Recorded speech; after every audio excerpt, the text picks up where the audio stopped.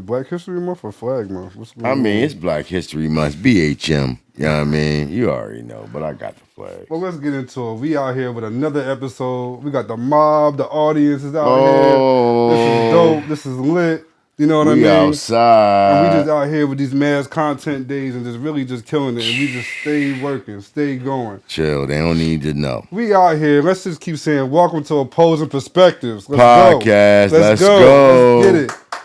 I'm your host, Sedale. We got my cuz here in the building. Let's go. You already know I'm out the box. James, a.k.a. Ralph's favorite. You know what I'm saying? I'm in the building. Man, that man so happy you're here in person. Look at me. Giddy as I don't know what. You know I'm excited. You know what I mean? Make sure you hit that like and subscribe button. Let me beat James to the punch. Make sure you hit that notification little ding bell. Bang. We on all social media platforms. Facts. I want you to go ahead because this is your Oh, boy, well, and I listen, want let you me- to do the introduction Well, for listen, your names. let me introduce, first of all, let me thank this gentleman right here for coming on the pod. And I want to introduce my man, Big Deal, Sherrod Dunlap, in the Sherrod building. Dunlap, Celebrity Boxer. Let's go. Let's go. Official Celebrity Boxing. I want y'all to hit that like button. Oh. Opposing Perspective Dang. Podcast. You know what I If mean? you don't do it, I'm hooking you right through the screen. How about that? And you got to turn it over on their jaw. You know what I'm saying? You That's, already know. you know what I'm saying? You already know. You know what I mean? But, Sherrod, we got you here, right? Definitely. So let's get right into it. Who is Sherrod? Sherrod is just, cut and dry. I'm that guy that, once the contract is signed, it's business. But I'm gonna just say this real quick. This one's personal. This second fight on the celebrity boxing stage for me is personal. This guy running his mouth. He is running his mouth. He's talking crazy. At first I thought it was just a bit of some clout chasing and his icon status is like trying to be the event. You know what I mean? But he took it a step further and like basically called me out, and then I don't know if he thought that the CEO wasn't going to Take the press fight. the fight, yeah. Right. But he was like, "Oh, I like this." He thought it was sweet. Yeah, he thought that he was going to walk away like, kicks and giggles. Nah, I fucking kick and then I giggle. That's what I do. Yo, he don't play no games. But listen, you really getting into it. But before you get so much into it, let's tell us about yourself. Who is Sherrod, and what led you into boxing? Sherrod, again, like I said, I'm cut and dry. Right. I come from a big family, bunch of cousins, brothers. So I've been fighting my whole life. You fighting your cousins, right? Cousins, brothers, the neighborhood. Nut ass niggas in the street. Yeah, You probably one of them. Nah, he's an ally. That's my brother right there. But yeah, it would basically be like get Big Deal. Right. Like when shit went down, get him. And you know what I mean? I clean up a lot of shit. I've been fighting boxing since I was like 10. And I had to, take a hiatus from my own boxing because I had broke my hand going into a tournament or whatever. And then, I basically stopped. It was a clash with my parents. My mom she never was with the boxing. My dad was like, go, go, go. My dad was like one of my very first coaches along with a couple others. So I took the football route and I was a standout there. Wound up going away to college, played for 2 different schools, and it didn't work out.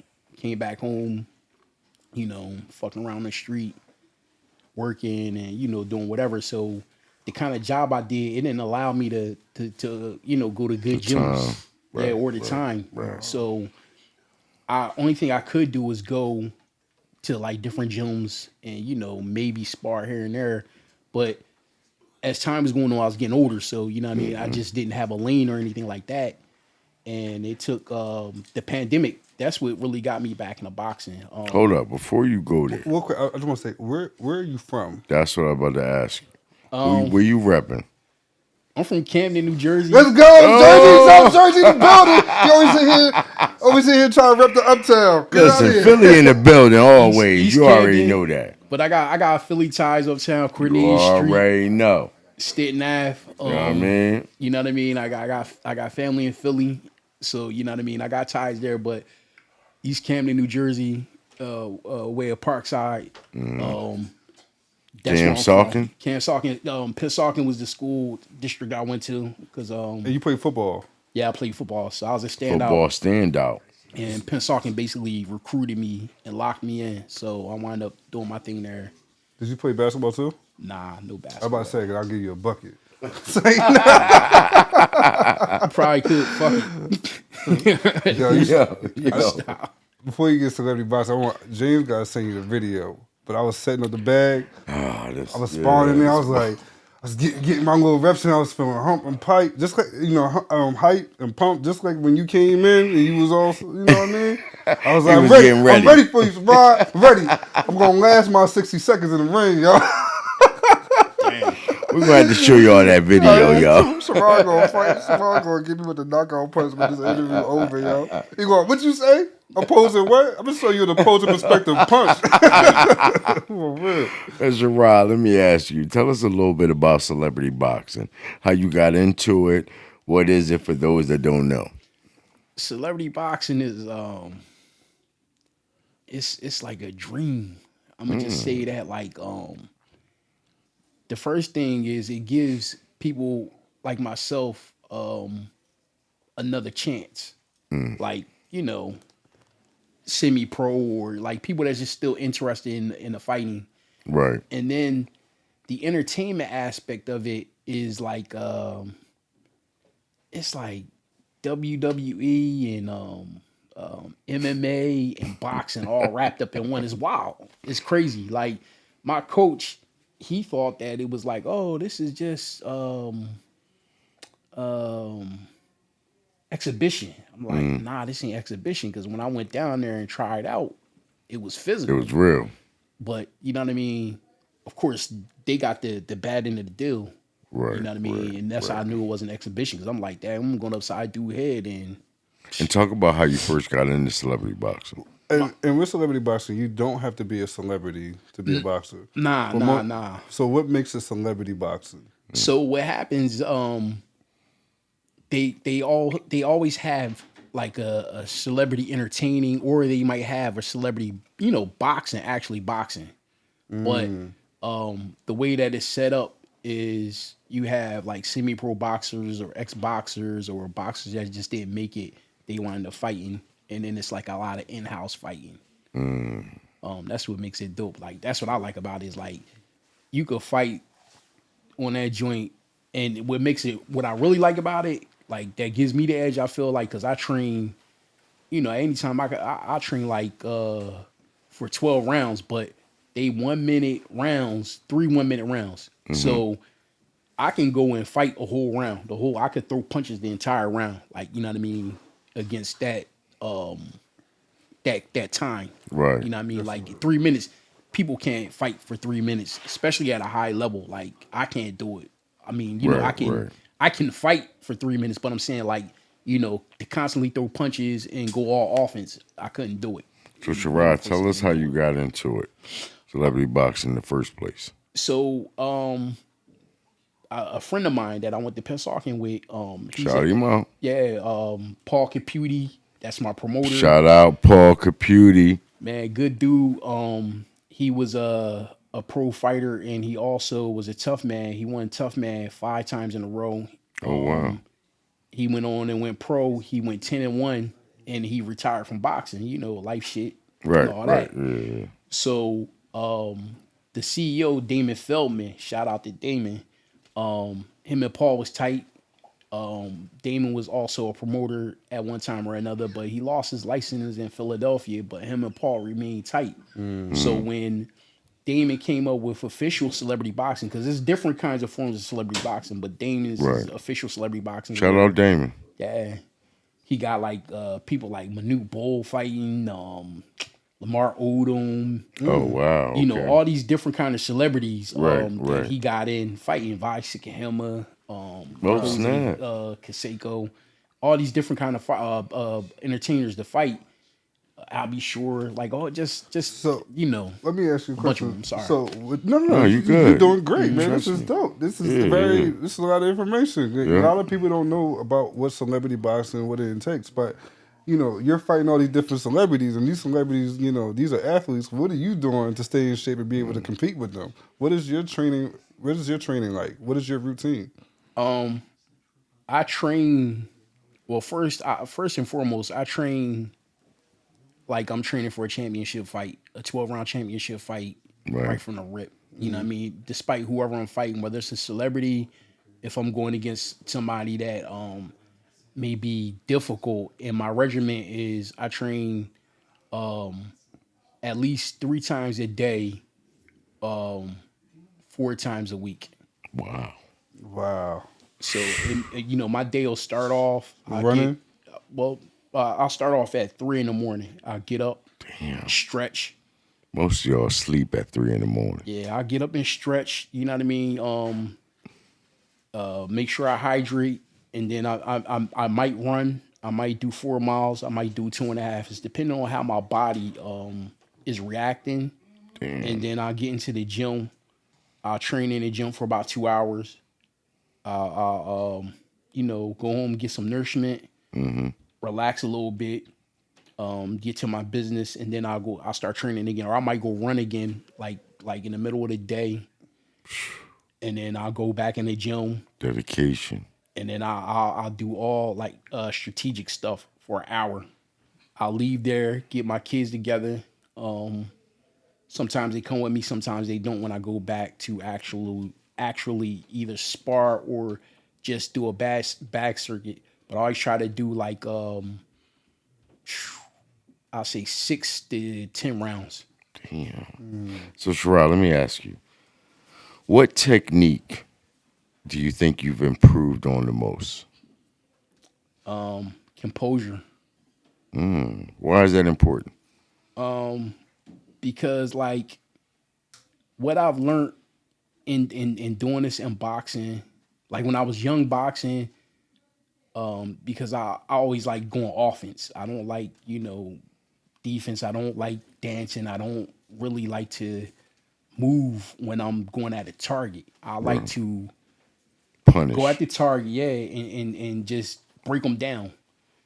But what happens in that is your body can fail you when you're going after somebody, or you could smother, you know what I mean, your output, and it gets you tired. Wow. So yeah, I had to learn how Composure to. is important. Yeah, I had to learn how to compose myself and say, okay, well, you know what? You got to come from a different angle. You got to come from a different approach, because everybody's not the same either. Can you tell us as far as composure? So how did you use that into your first fight?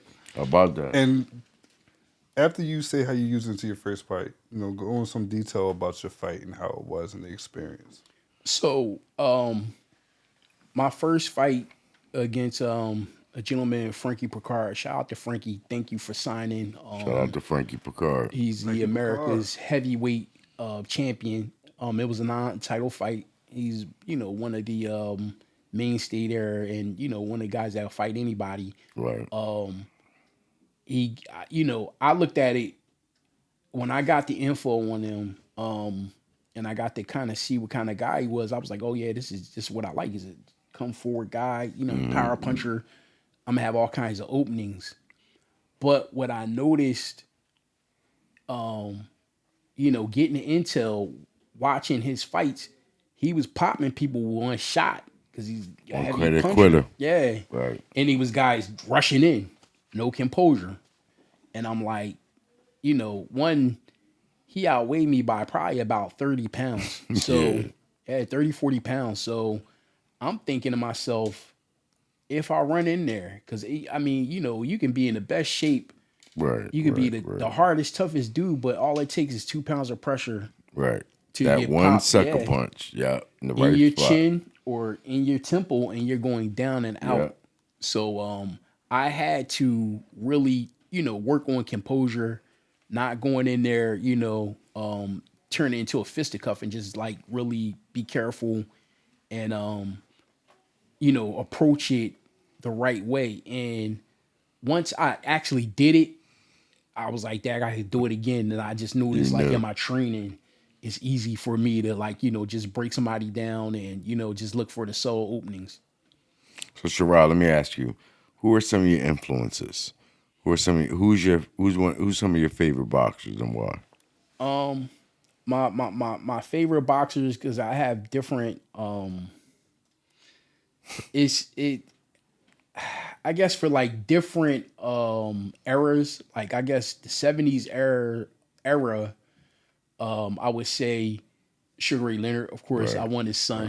Right. But Sugar Ray Leonard, like, when I Ray first started, Leonard Jr., we on that. Yeah, I mean. like when I first started watching boxing in '79, I seen him fight Wilfred Benitez, and that's when I really like fell in love with boxing. Wow. But even though Ray Leonard is, fought into the '90s, Right. he had took over for Ali. But then in the '80s, even though his career kind of fizzled, Aaron Pryor, the Hawk from Cincinnati, he was famous for a fight with Alexis Arguello. So he was like my guy in the '80s, along with another guy named Donald Curry, who was a former welterweight undisputed champion who took over for Ray Leonard after he retired. Mm-hmm. And then in the '90s, you got Pernell Whitaker and Evander Holyfield. Pernell. And then, into the millennium, Floyd Mayweather Jr., Bernard Hopkins.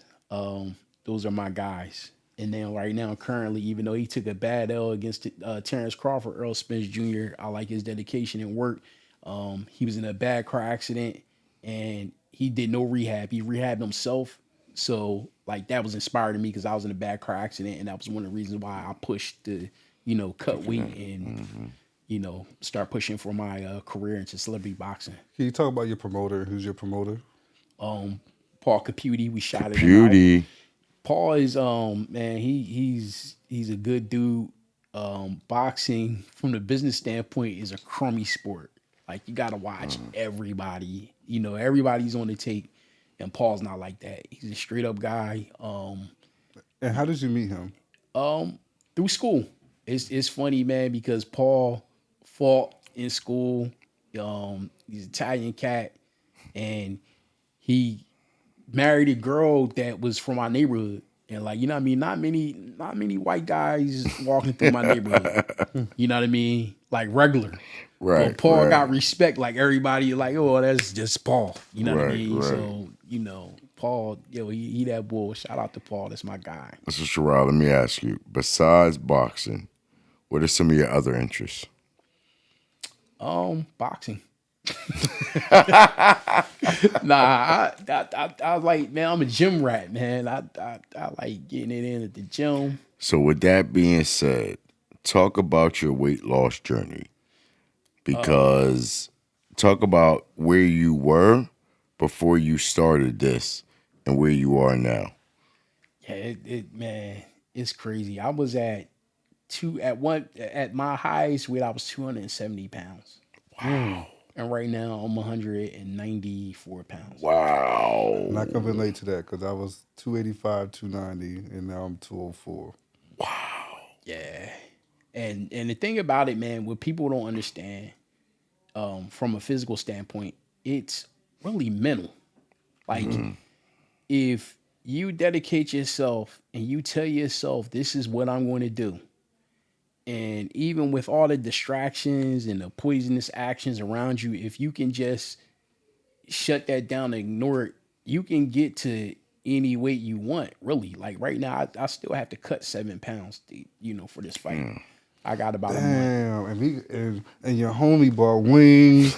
I'm sitting here talking about you take another shot. I mean, and then we got you out here. It's 12:30, and then you say 12:30 at night, and you say you wake up 3 o'clock in the morning. You about to get up in 2 hours and run 3 miles. So what's the biggest part of that? That's the biggest challenge. Right. Is it the running that helped you the most? Or is it the exercise? what was it that helped you, the biggest part of your weight loss journey? Besides, of course, diet.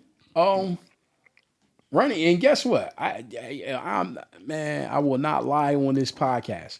I ate 2 wings, and I'm going to eat 2 more. As I'm driving home, I'm going to eat 2 more wings. But the whole thing is, I know that I'm going to run it off.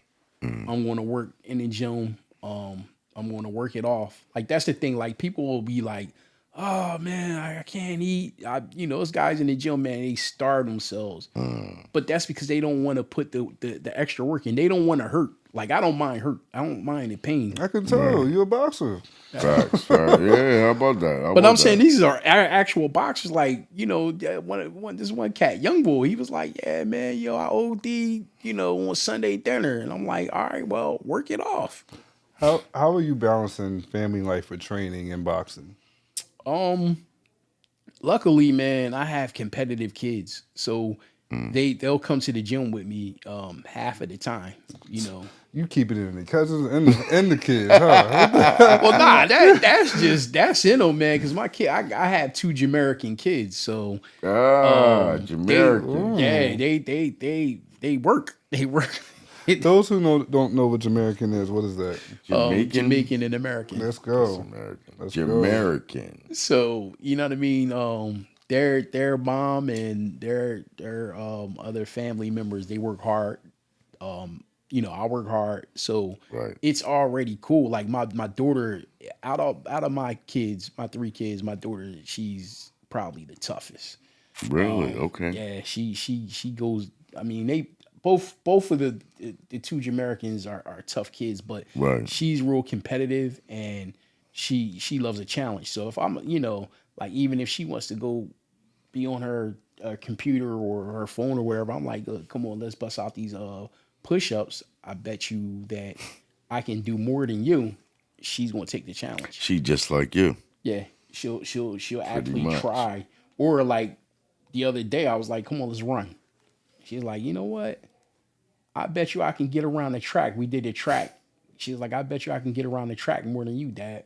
And I'm like, damn, see, here we go. Let's go. That's how the boxing actually started. During the pandemic, when the pandemic was like kind of, when everything was opening up, my daughter's like, I want to go to a gym and learn how to box. You know what I mean? Because I can't coach my kids. I can coach other people, and I can't coach my kids. Yeah, right. The first thing they did when I was like doing stuff with them down our basement, they're like, well, how can you show us? Both of them, G-check me. How can you show us and you don't even fight?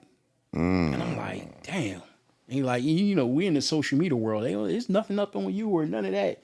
So I take them over to this gym, and they're training, and I'm hitting the bag, and this old trainer was like, yo, I'll train you, and like I said, I'm like 200 at this point. I'm like 260 pounds. Right. And he started training me. I'm hitting the bag. I'm doing my thing.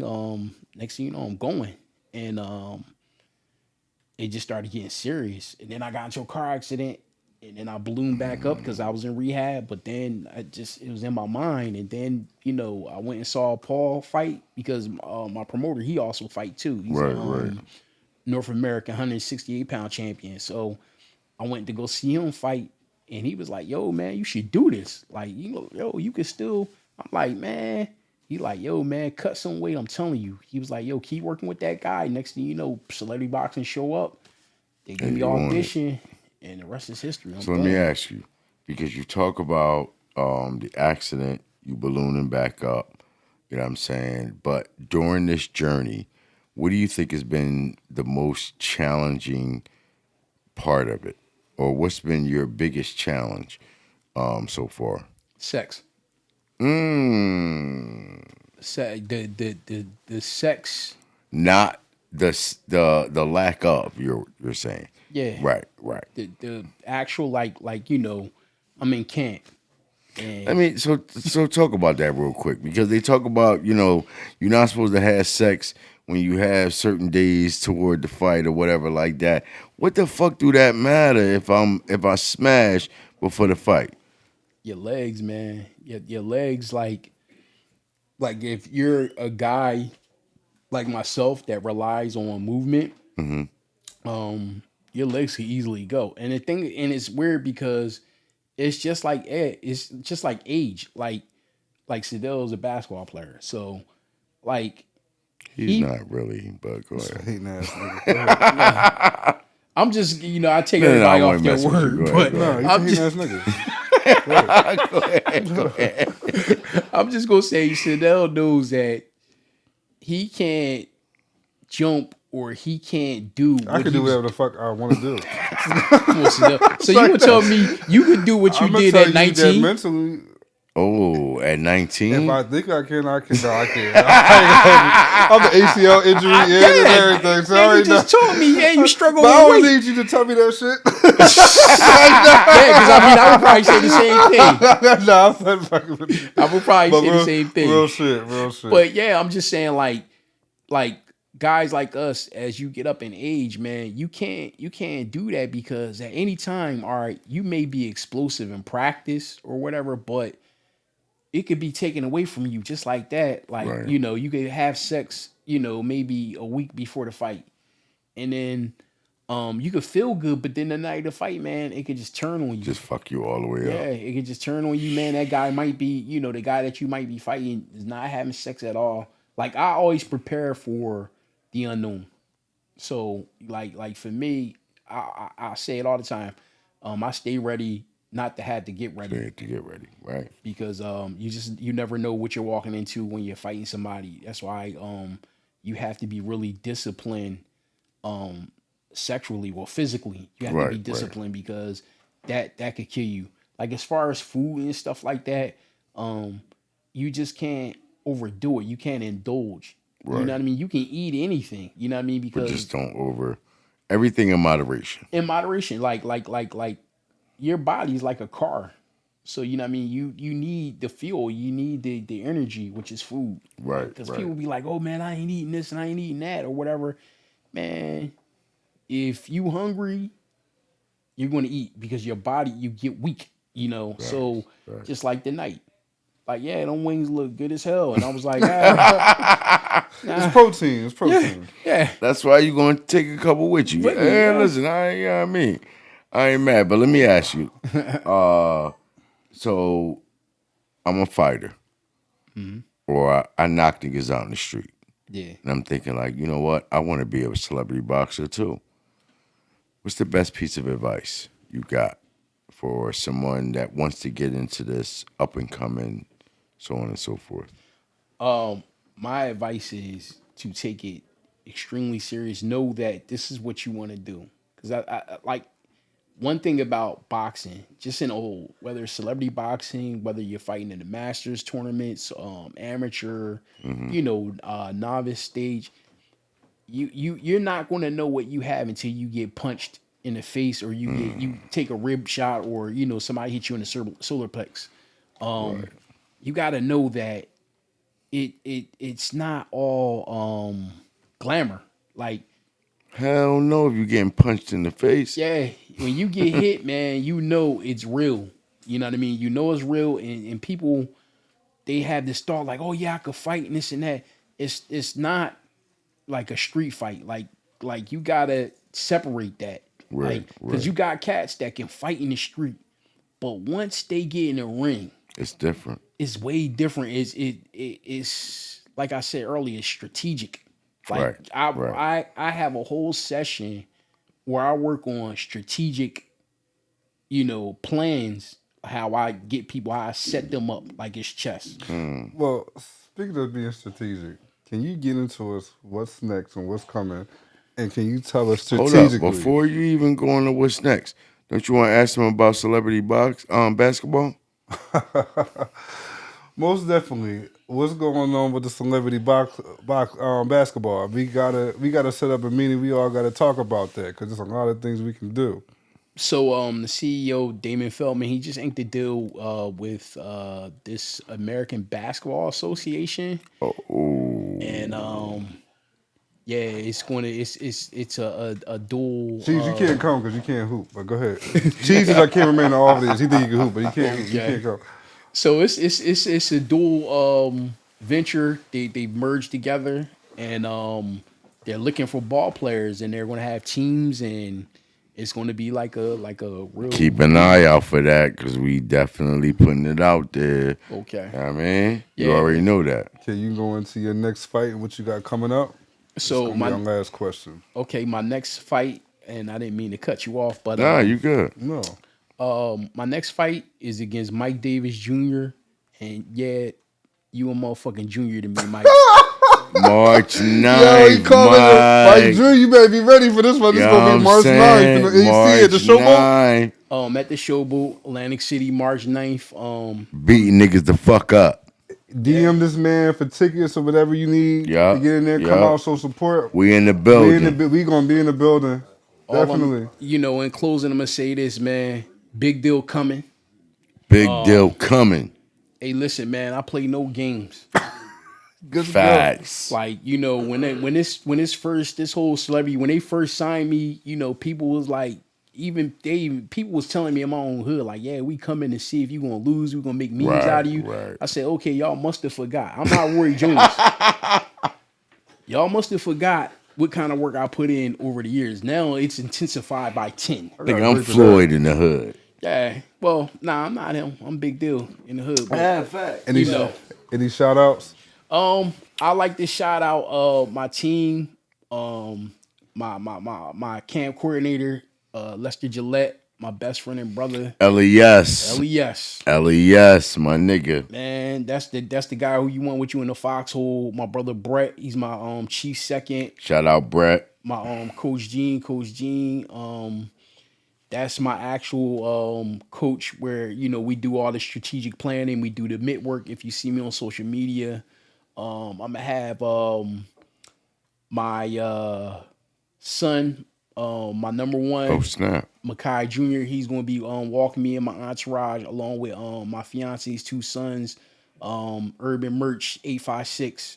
We going to shout out Urban Merch 856. And again, I'm going to tell y'all right now, y'all definitely need to smash this punch the like button. I mean, because Opposing Perspectives podcast is going to be number one with us. Oh, and the rest of the team. Yo, we coming. This wave is serious. If you chill. Don't tell them about.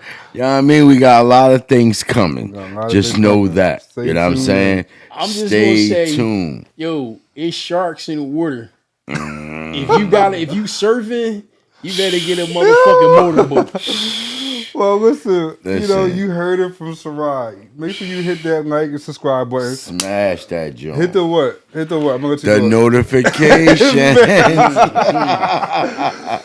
I'm your host, Sedale. You know what I mean? You already know it's James, Ralph's favorite, February 2nd. We on all social media platforms. Again, make sure you punch the shit out of that like and subscribe. Shit out that joint. You know what I mean? And Sherrod, where we find you at? Yo, ask Sherrod on Sherrod Dunlap on Instagram, TikTok, and Facebook. Even though I don't do the TikTok shit. No, you will be. We're gonna get you. We're gonna get you up. But I mean, I'm easy to find. So if you want to see me, you can go on my inbox. All you punk motherfuckers at Celebrity Boxing, the circuit. If you really want to go there, because somebody did some funny shit, they was talking crazy. Right? I'm not going to name drop you, but if you want to fight, if you really want to fight, you can DM me. This is how I know you serious. You can DM me or you can inbox me. Damn. Hold up. But fuck them, Sherrod. Who you want after main man you going to knock the fuck out? If they make me do a mandatory, I'll do that, but you know what I mean? I want Sugar Ray Leonard Jr. Sugar Ray Leonard Jr. is who they Sugar want. Ray Leonard Jr. No. Yo, that's what's up next. I'm going to say this. Sugar Ray Leonard Jr., I don't back out of fights. If we sign, that's what it's going to be. Turn it over on your jaw, Sugar Ray Leonard Jr. Shout out to your pop, though. Your pop boy. But you a nut-ass nigga. And Big Deal coming for you. Gonna beat you the fuck up. I can't wait for that, Joe. It's a wrap. Hit that like and subscribe button. Pound that fucking notification button. Let's go. Let's go. These niggas the fuck up out here. Burn. Yo, I don't lose.